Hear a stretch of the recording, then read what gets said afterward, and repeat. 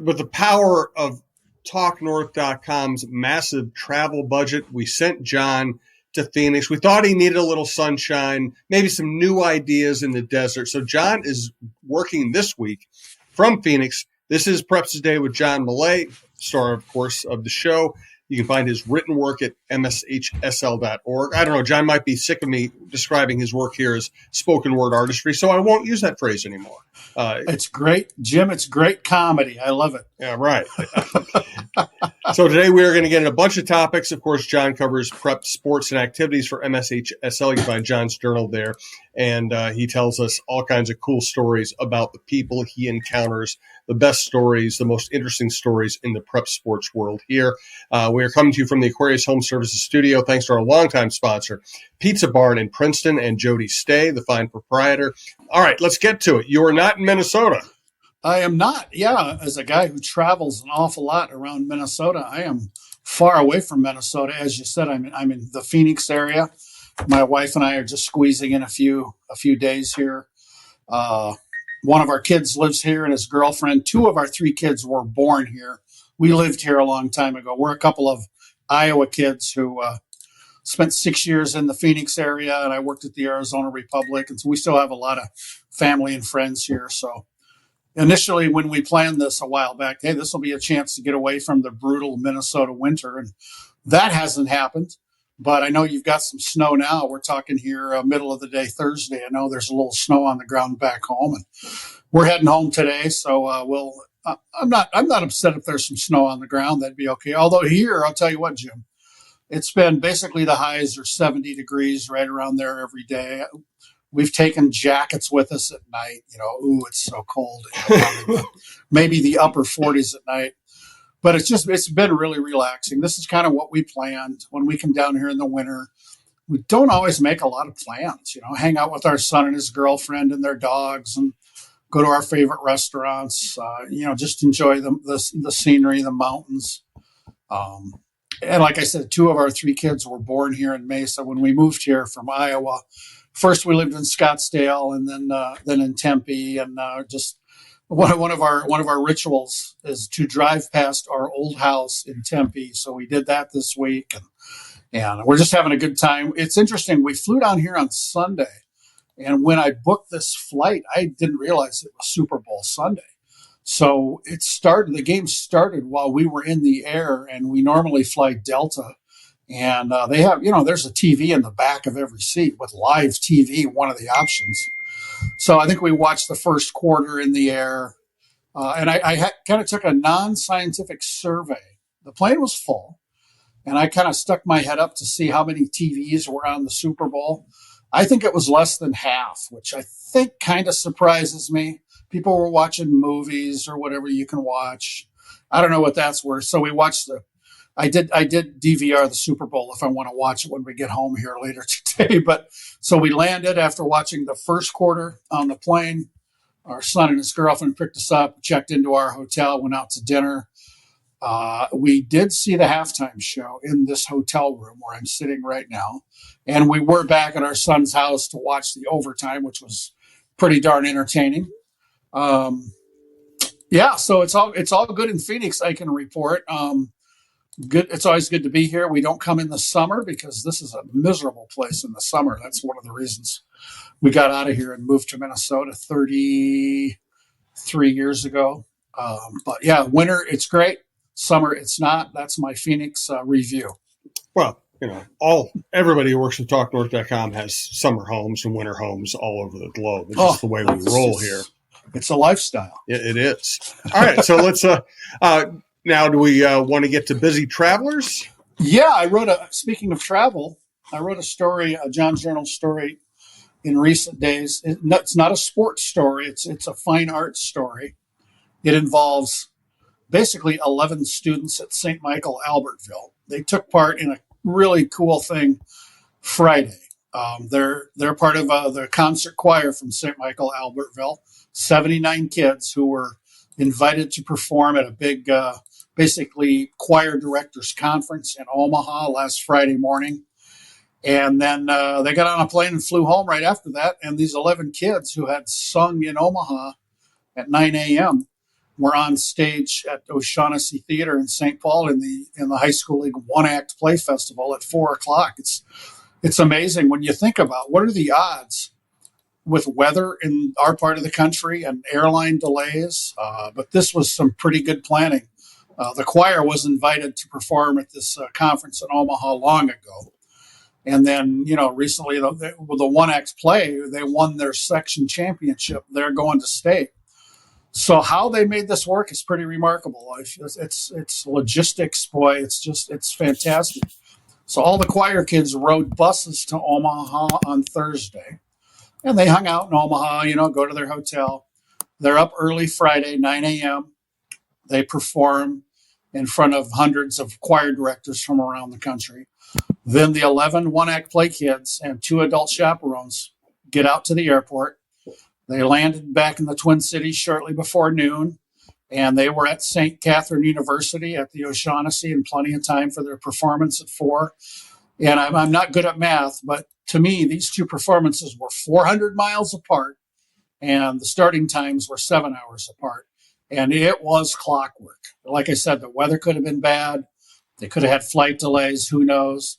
One question I asked, I said, how did the kids, after landing back in the Twin Cities, how did they get over to the theater in St. Paul? This is more planning. St. Michael Albertville arranged for a fan bus for like it's a state basketball tournament or so, a fan bus to bring people to the One Act Play Festival. That's that right there. That's just fantastic. So the fan bus, they timed it perfectly, swung by the airport, got the kids who had just landed, and then took everybody over to St. Paul. And nobody was allowed to check a bag on the flight. So if they had things they couldn't fit on their carry-ons, they give it to a buddy in the choir, and the choir buses came home Saturday, a piece of cake. And I wrote it was really fun talking to people about this and writing about it for John's Journal. One of the people I interviewed is a senior from St. Michael Albertville named Audrey Canoe. I might be pronouncing that last name wrong. Audrey is so talented. All she did Friday, she was the soloist for the concert choir in Omaha. And then she played the lead in the play in St. Paul a few hours later. And in a couple of weeks at the state wrestling tournament, she's going to sing the national anthem. I'm gonna reunite with Audrey there. She told me she was pretty worn out after the play was over, but here's her quote. It was beautiful. It was a moment in time I'll never forget. And that's what I heard from kids involved in this thing. They were just they felt so grateful that people at their school would arrange for this to happen. And I was told some of the parents, who had kids in the choir and the play, figured we're going to have to choose. They can't do both. Well, they sure could, thanks to some planning and commitment to these kids. The school district paid for the airfare. They didn't want that to be an issue. So congrats to everybody at St. Michael Albertville who made this lifetime memory happen for those kids. Well done. That's fantastic. On a personal note, my wife and I are going to be chaperoning the band at Irondale on a trip to Austria and Germany, up in Sound of Music area in March. That sounds pretty good to me. Yeah, I'm really looking forward to it. That'll be fun. No doubt. All right, let's thank a ref. Yeah, one of the refs we're going to thank. The first one is a former high-profile coach. People who remember the Apple Valley boys basketball dynasty led by Tyus and Trey Jones and Gary Trent Jr., those three are now in the NBA. They're NBA veterans. The coach of that team was Zach Goring. And all Zach did as their coach, they won the big school state titles in 2013, 2015, 2017, were state runner-up in 2018. So Zach, who's still a young man, he stepped down after the 2018 season. He had been head coach for 11 years. He wanted to spend more time with his family. He and his wife, Jill, have 2 kids. Lexi's a junior on the Farmington varsity basketball team. Their son, Ben, plays on the 9th grade team. So Zach, keeps his Tuesday and Friday nights clear to watch his kids' games. But the rest of the week, he's an official. I mean, this is a high level. This is the highest level a high school coach can reach. Win multiple state championships. Send kids to the NBA. Zach is now a basketball official. Wow. He doesn't work varsity games. He works grade school tournaments on the weekends. He works middle school basketball, He'll do JV games, sophomore games, and he's super busy. At this point, he's already worked more than 90 games this season. Wow. He's going to get about 140 games in by March, just basically doing these lower level basketball games. It's phenomenal. His son, Ben, the ninth grader, they officiate together sometimes. And Zach owns a landscaping business in Farmington. So in the winter, he's got time to do other things. And I'll tell you what, if that doesn't convince some people to try officiating, you don't have to be a varsity official. The need is there at all these levels. So if you go to MSHSL.org, find John's journal, you can read about Zach. And on one other really cool officiating note, our friend Boyd Hooper at Care 11 did a sensational story this past Monday night about the husband and wife officiating team of Dan and Netta Zeta. They live up in Gray Eagle. They are the first married couple that's ever worked together at a state basketball tournament. But they also officiate football, baseball, softball, volleyball. They've been married for 40 years, and they officiate about 300 games every year. As when Boyd was working on this story a couple weeks ago, he gave me a call. Boyd and I wouldn't say we're close friends, but we know each other. We chatted. He just wanted to know if I could help him understand how rare is it for a husband and wife to officiate together. It's pretty rare. I mean, I'm aware of other couples, not to this extent, not 300 games in multiple sports. So well done, Boyd. Congrats to Dan and Netta. I posted Boyd's story on Twitter, which you can find at MSHSL John, or you can go to the Care 11 website. It's there. It's really well done. Boyd is such a talented storyteller, and this one is really cool. That's great. Two great stories. And I'll say about Zach, not only was he obviously a great coach who both won championships and helped develop players, but also, he treated everybody so well. I mean, he looked at it. He didn't look at it as, oh my God, I got to deal with media or coaching requests or scouts who want to come see all these players. He and the Apple Valley administration turned it into a celebratory thing and made the most of it. It was fantastic to go watch the Jones gentleman and Gary Trent Jr. go play in that bar in the Apple Valley gym, and they treated everybody great. Yeah, when they had a couple of ESPN games. Coach K was there a lot. Bill Self was there. All these big time coaches were there, and you and I sat there. They didn't make the media sit in the bleachers. They made it big time. They set up media tables, did it first rate. Which at a lot of high schools they don't really know how to do that. No, they don't even think about it. Yeah, they wouldn't have any idea. But that was real. Those were great times. I remember when Tyus was a senior. He'd committed to Duke. Coach K was there, and I think Sid might have wandered in looking for Coach K, whose name he could never pronounce either. But after the game, I kind of stuck my head back in the hallway where the locker rooms are, and here's Coach K. He's got an iPad, and he's basically diagramming plays with and Tyus. The two of them are looking at an iPad. He's coaching this kid before the kid ever was months away from coming to Duke. He was coaching him up. I don't imagine it was video, but he was probably doing X's and O's, and Tyus is nodding, and that really stands out. So Zach's a great guy. I don't use his lawn service a lot. They'll come and do my fall yard cleanup because I'm too old and tired to do that. But it was good to talk to him in person. It's funny, I needed to get a picture of him officiating. So he was doing a game last week at Bloomington Kennedy. I think it was a sophomore game at 4 o'clock or 4:30. So I walk into the school and down the gym, and I see John. I'm blanking on John's last name, the Kennedy AD. He sees me coming down the hall, and I think he looked at his watch. Hey, John, what are you doing here at 4 o'clock? The varsity game's at 7. I said, I'm working on a story about one of your officials. And then he says, oh, Zach. Oh, that's a good story. Mm-hmm. So it was, and I was there not for long. I told Zach, I'm going to stick my head in the gym. I'm going to get some pictures of you. And I happened to be there towards the end of the first half. So then during the halftime break, we had a little reunion, and he's the nicest guy. He sent me a nice text afterwards about the story. And yeah, like I keep saying, man, it's the people I get to hang out with. It's their stories I'm honored to tell, and he's as good as they come. No doubt about it. All right, we're going to finish the show with Thank a Band, State Tournament Mania, and this week's Most Valuable Teammate. First, though, tell us about Pizza Barn in Princeton. Yeah, lots of great things going on all the time. Let's start with those big Pizza Barn food trucks. It's really not food truck season in Minnesota now, but it's going to be here soon, and they've announced a big summer appearance. This is not till September 5th at the amphitheater in Somerset, Wisconsin. There's a Luke Bryan concert, and among the choices for food is one of those Pizza Barn food trucks. That's big time stuff. I know our friend Jody Stay, who runs the Pizza Barn. She's been trying to get into these kind of venues. I'd love it if the Pizza Barn were at the state fair. Seems like a natural to Yes. me. This is a good step in that direction. And the February pizza of the month, which we talked about before, is the Slammin' Salmon, smoked salmon on a pizza. I can't imagine how great that is. I may try to get there before February is over for that alone.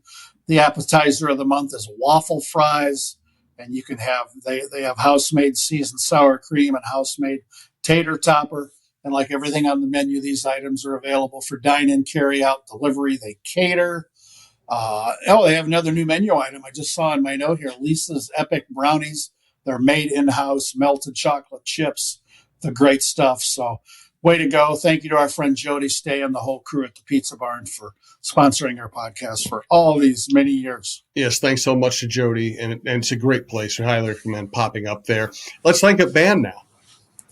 Yeah, this is a rarity. We're going to thank a band. This is really cool. When you think about it, when I start to think I've seen it all, I'm always wrong. I've seen pep bands at track meets. I've seen them out on golf courses at cross country meets. I've seen them at golf meets. And I've seen them in lots of places where you don't normally see a pep band. But out in Hutchinson last week, they broke new ground, or maybe it's more accurate to say new water, at a swim meet. The Tigers Pep Band played at a swim meet. That's awesome. I've seen that before. But not only did they play at the pool, some of the musicians got in the pool. And Jennifer Talecki, their principal, who does a great job, tweeted a photo or some video. Some of the kids are standing on the deck. Some of those kids are in the pool with their instruments and performed. One of the local TV stations, I think Channel 4, got out there the next day to do a story, deservedly so.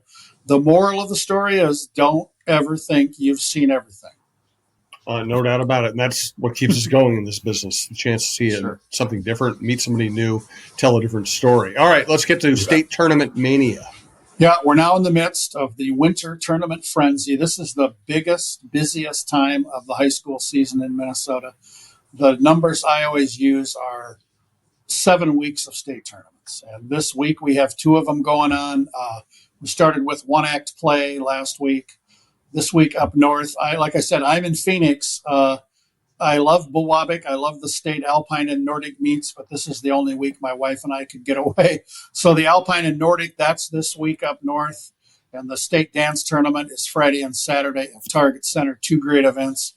Next week, the focus will move over to the XL Energy Center with the girls' state hockey tournament, as well as the state gymnastics championships right down the hall from the X at Roy Wilkins Auditorium. I love that setup because it allows me to basically walk back and forth between the 2 tournaments. And, I know so many people involved in the hockey tournament. I know so many people involved in the gymnastics tournament. I can say hi to old friends and meet a few new friends and not even have to go outside. That's a pretty good deal. That's fantastic stuff. All right, let's wrap up this show. And again, thank you all for listening. We do appreciate it. If you like the show, please subscribe to your favorite podcast app. It's free. It's the easiest way to listen. Do the same for any other shows you like to talk or best sports lineup in town, best outdoor lineup in town, some variety shows mixed in. Check it all out, including the archives of shows you like. And thanks for listening. Let's get to our most valuable teammate. Or your most valuable teammate. Our most valuable teammate this week is Brady Crabtree, a senior from Frazee. Brady's on the football and track teams and has developed into a strong, really positive role model for younger kids. Brady takes every moment to recognize those younger kids when possible. He works hard in the off season. He sets high goals for himself.